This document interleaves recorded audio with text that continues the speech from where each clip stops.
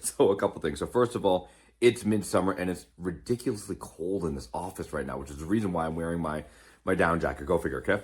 I just wanted to come on. I just finished I would say the most successful 3-day event we've ever done. So that's in terms of conversion, that's in terms of engagement, that's in terms of the caliber of people showing up.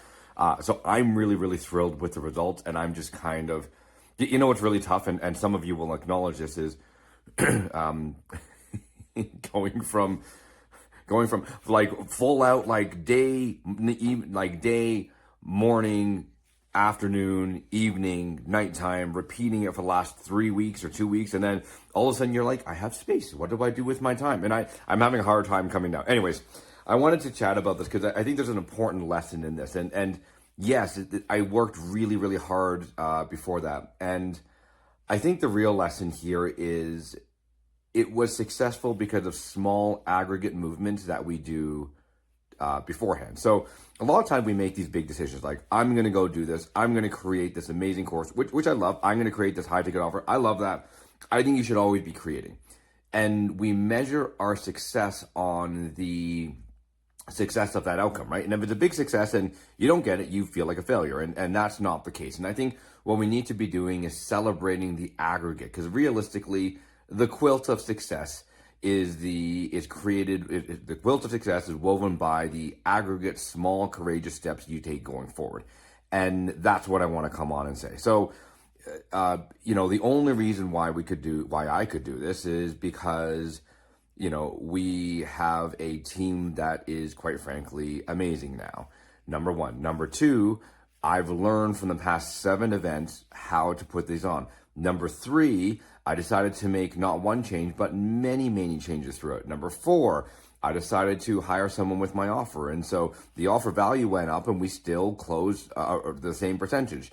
Number 5, we decided to change a bunch of the slides out. Number 6, the way that I integrated some of the content in together with the pitch. Anyway, the reason why I'm saying this is, but it starts back way before too. I flew to Dublin in February, but before Dublin, I made contact with Sarah Gray. And before that, I decided to do this crazy coaching thing. And there's so many micro steps in between.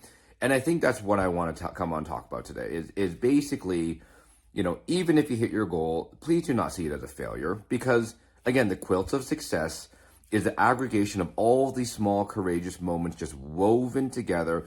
And at some point in time, the quilt of success may not look like the quilt you originally went out to put together, but it's going to be better and it's going to be more you, and it's going to be driven from experience and wisdom as opposed to your mind and some idea. And, I think the greatest thing is that quilt of success is also a function of you, right? It's a function of you. So it's not just, copying someone else on the coaching space about how they present, what they present, the price points, all the quote unquote hacks and tips and techniques. Is more, this is a reflection of you. And because you've earned the experience, you've earned those failures, you've earned all of those fires that you had to jump through, this is the ultimate form of success, whatever you have. And there is more on the other side if you keep on jumping through those things. So remember, the quilt of success is woven by the failures you had before. And mine certainly was. And I think there's a higher ceiling for me, and I think there's a higher ceiling for you. And if this resonates with you, I'd love you to just reply back to me and let me know. It does make a difference. I do read every email that comes in. All right, my friends, and wishing you all the best out there, and have a great week. Bye for now.